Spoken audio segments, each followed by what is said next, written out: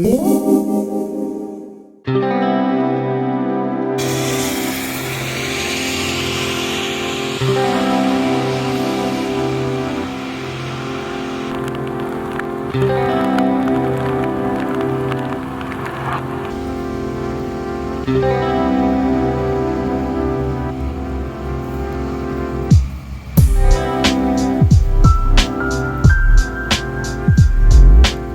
right now at the western terminus of the Yellowhead Highway. So this highway is also known as Highway 16, and it goes from Winnipeg all the way to where I'm right now in the village of Masset.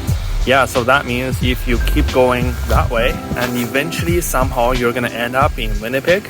Geez, why do I feel like Winnipeg is the center of the universe? Mile 0 of the highway, that's where hitchhike starts. There's even a statue. And speaking of Yellowhead, don't you think sounds kind of familiar too?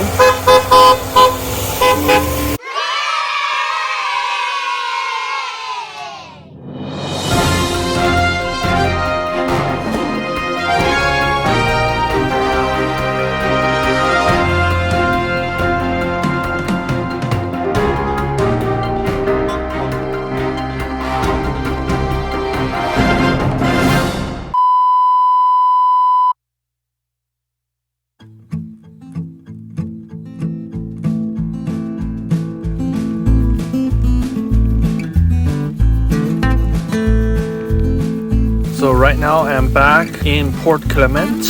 I'm stopping by the local museum here. Well, the actual building is closed, but there's still a lot of outdoor exhibits you can check out. So back in the days, Port Clements and the Haida Gwaii region was a major scene for the logging industry. And towns like Port Clements and Queen Charlotte were created, were booming towns during this time. And that's where they expanded to the size you see today. So near Port Clements, there's a place that's very sacred to the Haida people, and it's called the Golden Spruce. That's also the trail I couldn't get to today. Actually, not long ago, there was indeed a Golden Spruce Tree, and that tree has a different color than all other spruce trees in the surrounding area.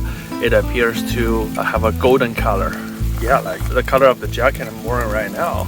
You can see I'm definitely standing out among the trees. However, the Golden Spruce Tree was chopped down by a certain so-called environmentalist. In 1997, a so-called environmentalist named Grant Hadwin came to Haida Gwaii and chopped down the sacred golden Sitka spruce in protest to the logging industry.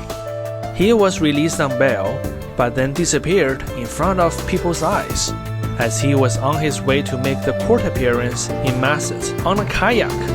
Hadwin was never seen again, although his kayak and equipment were later found washed ashore. His fate remains unknown, but the Golden Spruce Tree was forever removed from the landscape of the area surrounding Port Clements. I don't think it's a good way to bring, to people's awareness. I mean, there are so many better ways, but you don't chop down a tree to protest against others chopping down trees. Unable to hike the Golden Spruce Trail, I continue my journey back to Queen Charlotte. At one point, the rain stopped and I found myself in Skitty Gate. Actually, Skitty Gate looks really different when it's not sunny. You know what? Personally, I actually prefer this view.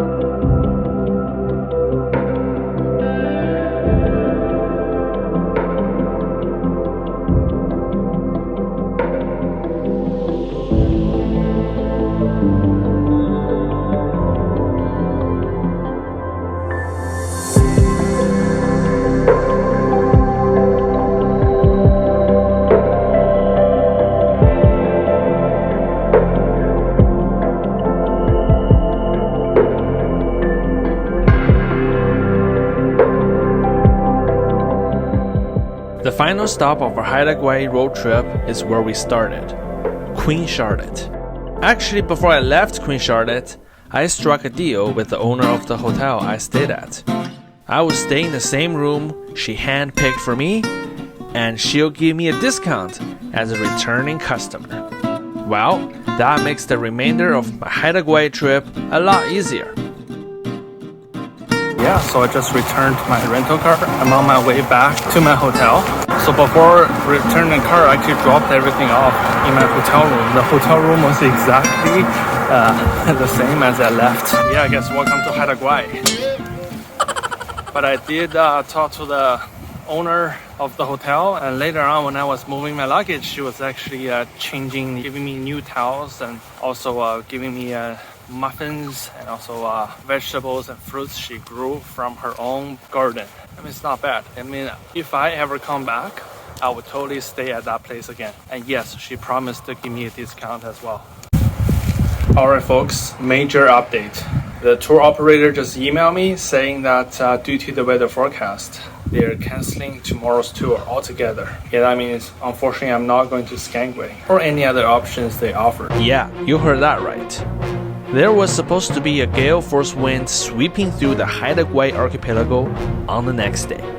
The tour operator told me that they would cancel the tour once again and referred me to another operator based in Sanskrit. That means I had to make some last-minute arrangements on both the accommodation and the transportation in order to be Sanskrit the next day. So I've got everything all set up. I've found at least 3 parties, and of course for one of them, the airport transfer, I have to phone multiple times within an hour to get a response. That sounds familiar. That sounds like pretty much how it was like in the beginning. Yeah, and the tour company in Sanskrit, they're actually really good. Not only they pick up the phone, they also reply to my email right away, and I was able to do the registration, and they also sent another email back to me. So yeah, I guess it's all set. Owner of the hotel where I'm staying at in Queen Charlotte, and she told me, you do what you gotta do, don't worry. And then so it looks like I'll be heading to Sanskrit tomorrow, and hopefully on the 27th we're gonna go to an ancient Haida village called Kuna. And as for the airport transfer, same story. I phoned them. The gentleman who runs it picked up the phone, and yeah, he confirmed that it should be okay for tomorrow as well. But again, no confirmation. I checked the email. I don't know, should I trust the guy? The only way we can find out is to be at the place for pickup tomorrow. Well, it's actually started raining. It's almost dinner time, so I'll go grab some dinner. Hopefully the rain will stop. For dinner, I checked out the only posh restaurant in town, the Blacktail. Everyone I spoke to in Haida Gwaii recommended me this place. To be fair, the quality and price are very good. The only issue, it's always packed. I was lucky that I was able to get a table for one on that day.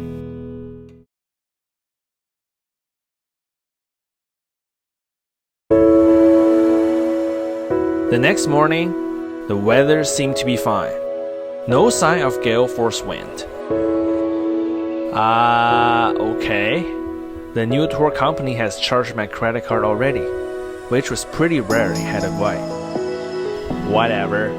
Today will be my last day in Queen Charlotte, so I went to the local supermarket, bought some breakfast, and enjoyed the last bit of this village before my departure.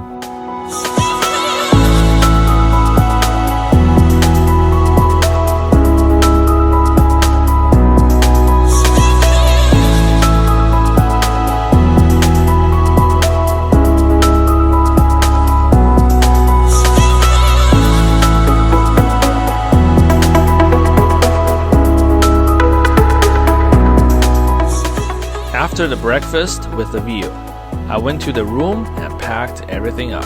Alright, so I'm right now at the Queen Charlotte Visitor Center. I'm just waiting for my transfer to Sanskrit. Yeah, that means, well, that's it for Queen Charlotte for this trip. Actually kind of bittersweet for some reason. I don't know. I guess I'll see you in Sanskrit. Well, if the transfer company did not forget about me. For a moment, I thought they did forget about me. The transfer showed up late for an entire hour. Anyways, I found myself once again on a ferry from Graham Island to Moresby Island, where Sandspit is located.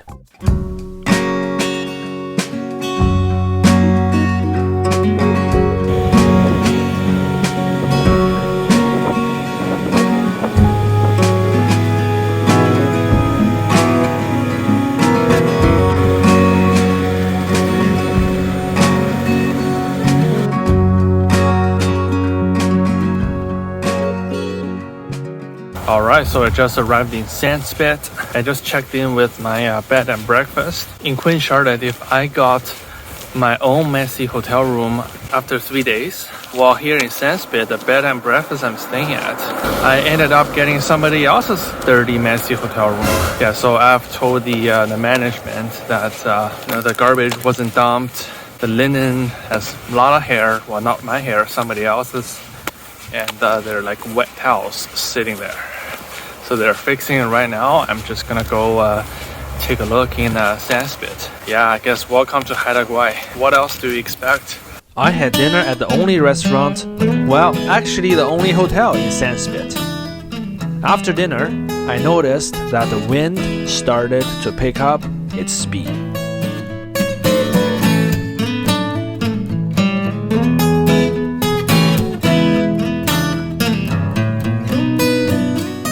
Yeah, when I said in Queen Charlotte, I said it was bittersweet that I was leaving Queen Charlotte. Now I come to think of it, it was kind of like a deja vu. I missed the hotel in Queen Charlotte already. And the funny thing is, this bed and breakfast is actually the only place I get to choose my own room for my whole journey in Haida Gwaii.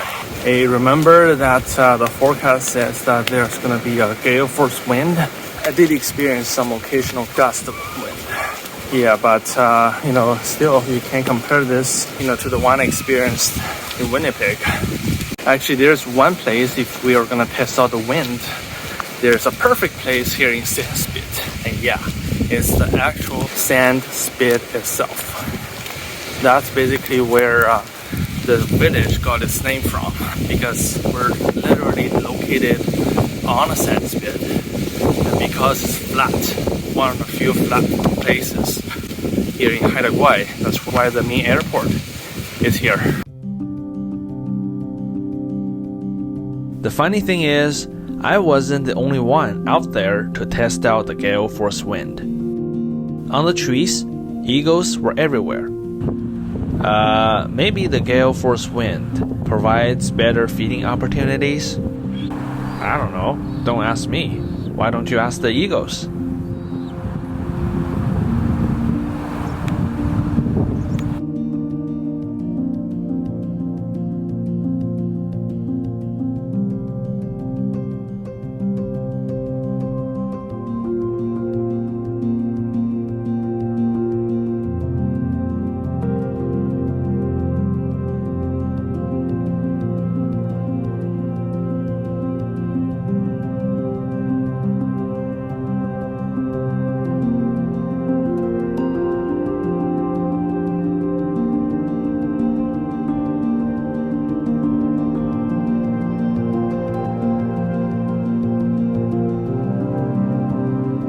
So the statue behind me here, that's a statue called the Spirit of Sandspit. I don't quite get it. Why would the Spirit of Sandspit be a salmon? I mean, I don't even know. So far, I think mostly it's all halibut. I don't even know where the salmon comes from. So if anybody knows, please let me know in the comment section. But anyways, yeah, so this statue, I believe the head, the tail, and the fins are all wood, but the actual body is made of steel. So I'm not sure if there's a strong wind, and if this one is being blown over, what's gonna happen to it? Like, is the community gonna let it end up becoming something like a totem pole? Just let it slowly degenerate into elements of our universe, or are they actually gonna either rebuild it or repair it?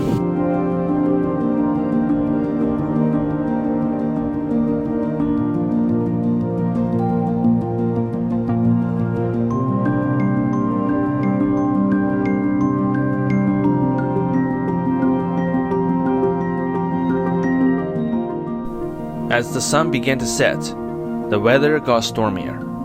You could tell by looking at the clouds in the distance.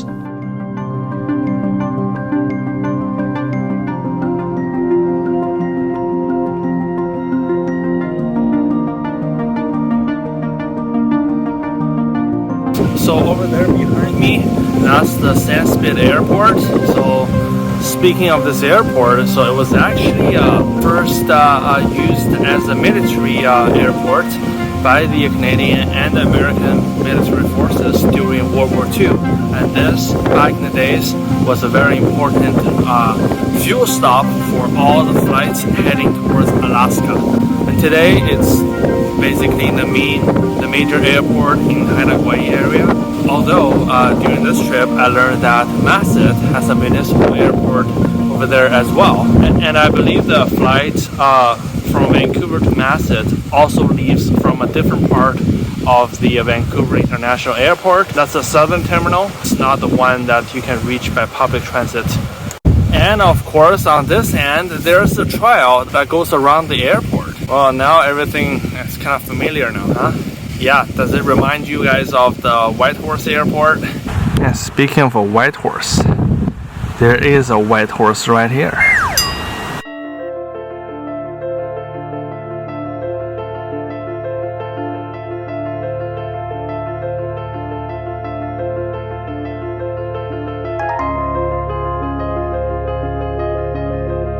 Alright, so I'm right now already walking on the actual spit. Following the trail along the spit, the wind got stronger as we approached the unsheltered sea.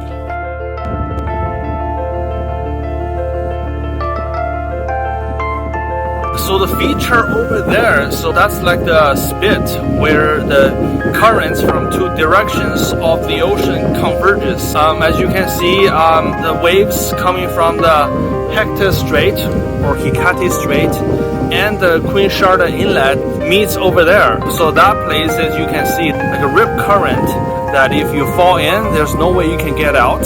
And that's also the reason why you saw the sign which is passed by. And just like rose spits or sand spits also has this kind of feature, except the rose spit one is a bit bigger and then of course also more dangerous. But this one is much more accessible. It's only a very short walk from the village of Sanskrit and anywhere beyond that little thing. So over there, that's the Haida Strait or Hecate Strait. I'm not sure how to pronounce it. But yeah, so on the other end of the ocean, that's the BC mainland. Alright, I think I'm just gonna head back as I can tell that the tide is coming up. So if I stay here for too long, it's gonna be potentially dangerous. And yeah, the wind is strong here, but you know what? Compared to what we have experienced in Hudson Bay, this is literally nothing. I don't even have to put on my hood, even though I can still feel, the wind is going through this shell jacket right here. One thing was for certain, the Gale Force wind was coming. Considering that our Haida Gwaii adventure so far was nothing short of cancellations and surprises. Who knew what was going to happen the next day? But I can tell you in advance that during next day's tour, the same old things actually did take place. What was happening? Follow me to the next episode.